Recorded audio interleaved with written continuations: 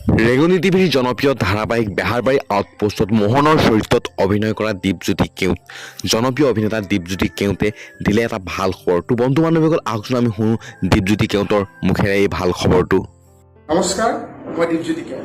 আপোনালোকক জনাবলৈ মই সুখী হৈছোঁ যে অহা 24 নৱেম্বৰত লখিমপুৰত সদৌ অসম বীৰ লাচিত সেনা কেন্দ্ৰীয় সমিতি, লখিমপুৰ জিলা সমিতি আৰু স্থানীয় ৰাইজৰ সহযোগত কেন্দ্ৰীয়ভাৱে আয়োজন কৰা হৈছে বীৰ লাচিত দিৱস।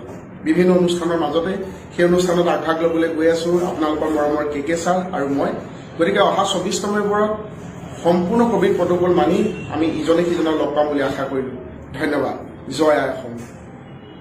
তো বন্ধু বান্ধৱীসকল বেহাৰবাৰী আউটপোষ্টত মোহনৰ চৰিত্ৰত অভিনয় কৰা জনপ্ৰিয় অভিনেতা দীপজ্যোতি কেওটৰ মুখেৰে আপোনালোকে শুনিলে দীপজ্যোতি কেওট আৰু বেহাৰবাৰী আউটপোষ্টৰ এটা জনপ্ৰিয় চৰিত্ৰ কে সিদ্ধাৰ্থ শৰ্মা উপস্থিত থাকিব 24 তাৰিখে লখিমপুৰৰ ত্যাগ ক্ষেত্ৰত কেন্দ্ৰীয় লাচিত দিৱসত। তো বন্ধু বান্ধৱীসকল আপোনালোক সকলোৰে উপস্থিতি কামনা কৰিলোঁ আৰু লগতে উপস্থিত থাকিব দীপ্তিনা ডেকা। এই কথা আপোনালোকক মই আগৰ এটা ভিডিঅ'ৰ যোগেদি জনাইছোঁ, মোৰ এই চেনেলত প্ৰচাৰ কৰিছিলোঁ। তো বন্ধু বান্ধৱীসকল আশা কৰোঁ সকলো উপস্থিত থাকিব আৰু সকলোৱে সহায় সহযোগ আগবঢ়াব।